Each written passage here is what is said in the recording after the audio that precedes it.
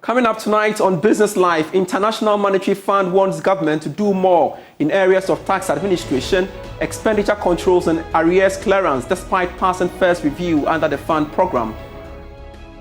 And we have an analysis with the economists on that, and as following the release of the $600 million second tranche program. Also in this bulletin, Ghana's rice imports drops by 45.34% between 2021 and 2023. We'll hear more from the Ministry of Food and Agriculture. Plus, energy strategist warns of the increasing cost of electricity for consumers in Ghana as a result of the 21% imposition of value-added tax on electricity. We have details on these and many others coming for you. Please stay.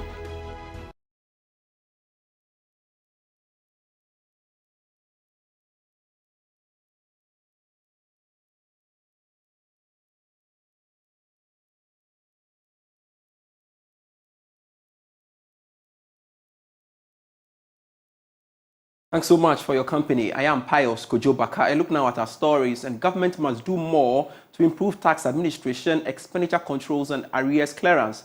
That's the advice coming from the International Monetary Fund after Ghana completed the first review program. Now, George Yafe has the rest of the story.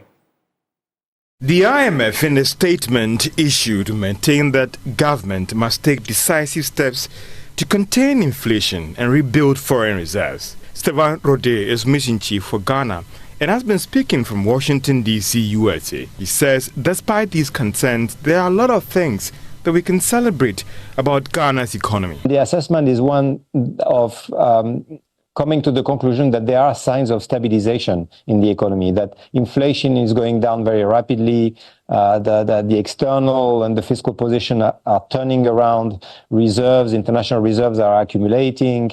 All of that is very good sign, and more progress since the review mission in October. And then the other part of the assessment is that economic activity is performing better than what we had in mind. And this is why we are revising our growth projections up in the context of this in this review.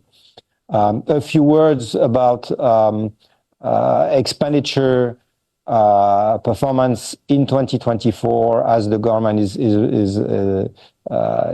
going into elections. The fund also argued that making the environment more conducive to private investment are needed to enhance the economy's potential and underpin sustainable job creation. The banking sector was not left out, as the fund wants the Bank of Ghana to fully implement the recapitalization plans and address legacy issues in the banking sector as well. On this part, Bank of Ghana Governor Dr. Ernest Addison, who also participated in the joint press conference, was optimistic about the inflation rate outlook for this year. The Bank of Ghana would continue to manage the inflation side of the macro. And if you look at where we are with today's rate of inflation of 23%, we are probably even lower than the monetary policy consultation clause, the lower bound of that inflation.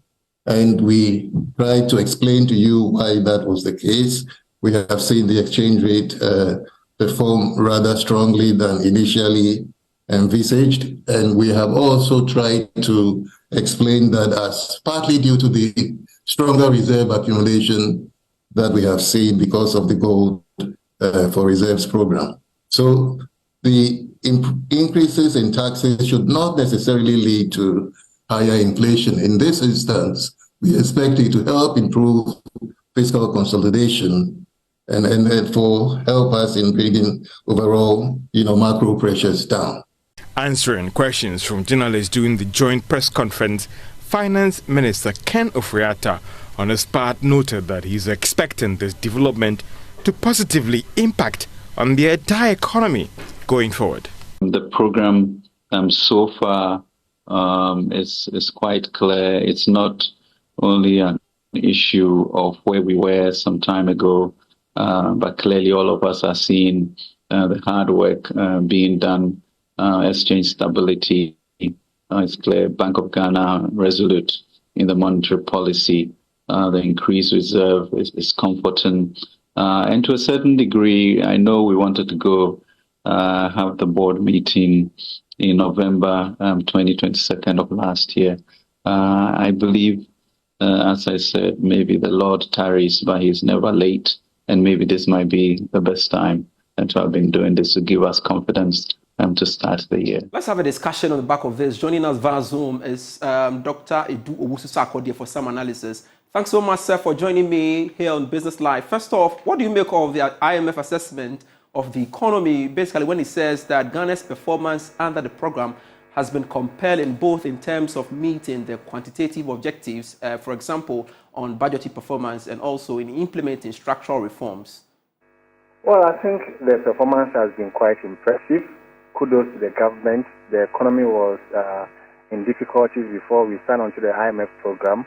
And Ghana government and the Republic, we have committed to meeting the targets and all the indicators that we set for ourselves, i.e. first, the debt restructuring, 80% complete from the domestic debt exchange. Our attention has now been turned to the external debt. We have already received agreement from the G20 common framework that they will restructure our external debt for us. Fiscal consolidation is on course. 75% has already been achieved in the year 2023 alone. And you know, other reforms that have taken place, new tax measures, all in the name of narrowing the gap between revenue and expenditure. It was really surprising to see GDP growth rate above maybe 1.5%, because countries that have done both debt restructuring and fiscal consolidation have really been around, you know, have had their GDP growth rate around 1%. So for Ghana to do between 2 to 3% is impressive. Inflation has declined rapidly, as we all are aware. About a year ago, it was around 54%. Today, it's around 23%, which is remarkable. The exchange rate has stabilized. To me, the exchange rate is a major contributor to inflation. So if we're able to stabilize the city, then you can really fight inflation from the front. Also from the angle of tight monetary policy, government is doing zero central bank financing, also tight fiscal policy. Government is not going beyond 5% of GDP budget deficit, and all these indicators are showing positive signs. And so kudos to all of us for achieving this. But we are on the recovery path. But the question must be made that we haven't arrived yet. Ghana's economy has not fully recovered, because the Bank of Ghana's target for inflation is always 8 plus or minus 2. That means it should be between 6 and 10%. So even though it has declined rapidly from 54 to 23%, we are still far from the medium-term target of 10%. So we should try and arrive at the single-digit inflation in the next coming years, and then also try to propel the economy to higher GDP growth rate that can create jobs. That is what every Ghanaian is looking for. But at least we are on track to recover the economy, and I think it's a good sign, it's impressive performance by the government, and we should all be proud as Ghanaians. Talking about we being on track to recover the economy, do you hold the view that, well, there is more to be done when it comes to mobilizing domestic revenue under the program? Yes, of course. There's a target that we have set for ourselves. We want to reach about 20% of GDP by 2028. And that this target that we have set for ourselves, we have to reach it. We cannot, you see, there's a trade-off between borrowing and getting domestic revenue. If you are not able to raise more revenue domestically, you have to go and borrow. And we don't want to go and borrow as a country and get ourselves into a debt trap. So we have to mobilize revenue. Even if you go to borrow, you see that since January 2022, we have not been able to raise sovereign bonds. Why? Because of the downgrading. And the downgrading came because they said that Ghana will not be able to raise enough domestic revenue to service its debt. So it means that even if you go to borrow, the creditors still expect you to mobilize resources domestically to be able to service the debt. And so why don't we mobilize revenue internally other than going to borrow? Since 2006, when we completed the HEPIC initiative, the debt stock growth rate has outpaced that of the domestic revenue. So successive governments have developed appetite for borrowing as against domestic revenue. And so everything shows to the point that we must mobilize resources domestically to transform this economy. A number of tax measures have already been introduced. But there are still areas, there are still areas that are growing and that have high revenue generating potential. For example, the telecommunication industry is booming. Natural resources, as for me, anytime you interview me, I'll mention the natural resources. If you ask me now where we are going to get the money to drastically transform this economy, I don't see money coming from anywhere else apart from the natural resource. Take the list: Saudi Arabia, Qatar, come to Africa, go to Botswana and Equatorial Guinea. All these resource-rich countries have leveraged their natural resources to mobilize resources to transform their economy. And so, yes, we must turn our attention to the natural resource to mobilize enough resource revenue to transform this economy. Every Ghanaian wants to see employment opportunities. In Japan, a graduate is 100% assured of full employment. In Ghana, the chances of getting full employment in the first 1 year is just 10%. This is not what we want. And so we must sit up as a country and get to the natural resource, get the best of the contract, write the contract or re-sign some of the contracts, and then get the best out of it. And together, we can transform this economy and we'll all be okay. We are not many. We are just 33 million. We are not many. It's just like Lagos and Abuja put together. Ghanaians we are not many. So there's a lot that we can do for ourselves, and we should be able to do it. And we can do it. All right. Talking about the areas, in your view, which other areas, aside the extractive sector you've mentioned, needs to be looked at under the program? For example, Ghana is expected to work at reducing debt in the energy sector. Do you think it's enough, or enough has been done? I think we don't have to be indebted as a country. It was such a shame when we went to the IMF and they told us to restructure our debt before they'll give us a program. It was such a shame. We don't have to. It was just 2006. 2006 up to now is about 18 years. It's just 18 years ago that we had our debt cancelled. And just after 18 years, or how many years? 2016 will be, 18 years. We have gotten ourselves into debt restructuring. We must make sure that as a country, we borrow responsibly. We borrow for investment. There's nothing wrong with borrowing. If you have to borrow with the hope that the returns on your borrowing will be higher than the interest you pay on it, there's economic justification for borrowing. I repeat, as long as the returns on the investment that you use the funds for are higher than the interest you pay on the loan, there is economic justification to borrow. And we must borrow to invest prudently to get a return. That is my call. Right. We don't have to overspend and get ourselves into debt distress already. I have mentioned the natural resource and I mentioned the telcos. These are great areas that we can exploit. A quick one. Do you think any delay in concluding the external debt restructuring on time could affect the next review in April and subsequently disbursements? But Ghana is on course. We have received agreement from the G20 Common Framework, and that is a positive sign. We are talking about some $5 billion restructuring. Already, the agreement that we have reached them is bringing out the second tranche of $600 million. Not that one alone. World Bank is also releasing $300 million. Together it's about $900 million. IMF will add additional $250 million, together making about $1.1 billion in just these few months, which is enough to build our resources and transform the economy. And so I think that we are on course. The external debt restructuring, the G20 has already been agreed. The agreement has been signed, except that the details of which Ghana must read the details with the respective countries. From there, we will turn our attention to the multilaterals, which will be much easier once we go through the G20.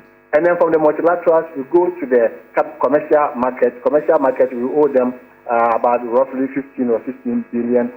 So we are on course, and I don't think that there will be any delay anywhere.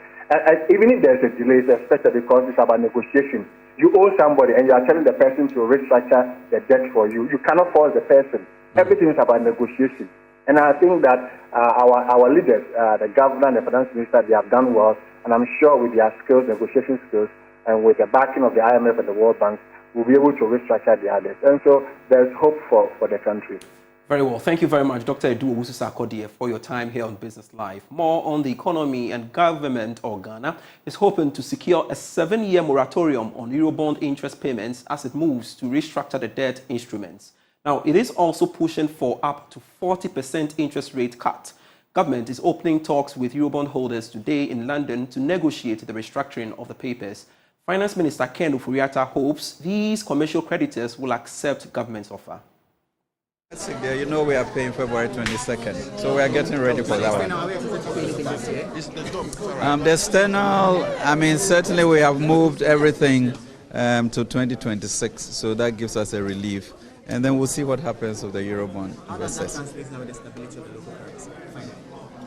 As long as we keep increasing our revenue, maintain the expenditure, and then the central bank continues to build its reserves, I think we are going to be fine. It's going to be a flourishing and prosperous year. Thank you. Honorable Minister, the bit about the taxes bit. Okay, let's go. The governor was clear to you that it's not going to be inflationary. But more important, we have all sorts of tax reliefs that you don't want to talk about. And with regards to the taxes on electricity, that was some time ago, and it doesn't affect, sort of the lifeline tax people. And so I think we should be all right. The emissions tax, as you know, is really 100 cedis a year. That's what we are worrying about. It's one of our headline stories, and Ghana's rice imports have seen a significant decline in recent years, dropping by about 50% since 2021. That's according to the Ministry of Food and Agriculture. Now, this decrease is attributed to various factors, including increased import taxes, the reversal of the benchmark value discount policy, and the increased local rice production. More in this report.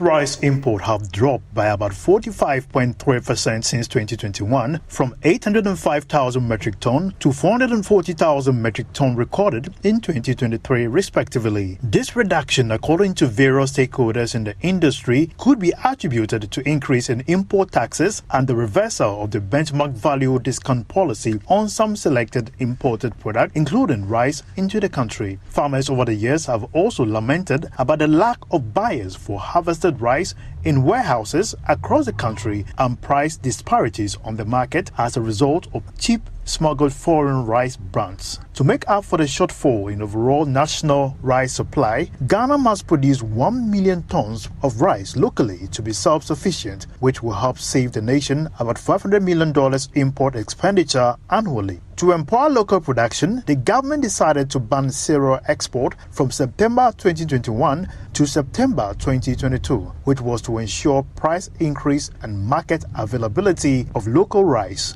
Ghana's import bill exceeds $10 billion annually. According to the Agricultural Research for Sustainable Development, Ghana's rice sufficiency ratio declined from 38% in 1999 to 24% in 2006 and increased to about 43% in 2020. This discovery calls for more effort to make the local rice value chain competitive to drive growth and economic transformation.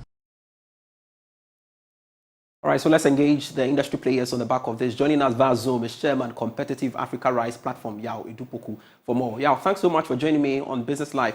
What would you say really accounted for the reduction in rice imports we are witnessing, about 50%? Last year, if you remember very well, there was this report from India that because of food security, they were going to ban the export of their rice. And India is a very significant player in rice export. And so most of the importers decided to stock against India's ban on export rice. And Ghana, being a dumping ground, found itself well within range of the exporters. So just about Christmas, there was an influx, a high influx of rice in the system from all over. And just about that time too, we harvest our local rice. And so when we did the harvest, we could not penetrate the market because there was too much foreign rice in the market. And so it made it very, very difficult for us to sell the local rice. And as I'm speaking to you, just last week I was up north. I came down this weekend just to come and talk to some distributors about the plight that we are facing. The problem is that statistically, we say we are about 40% up there. I don't think we are even up to that 40%. Ghana is eating milled rice about 1.4, 1.5 million metric tons per annum.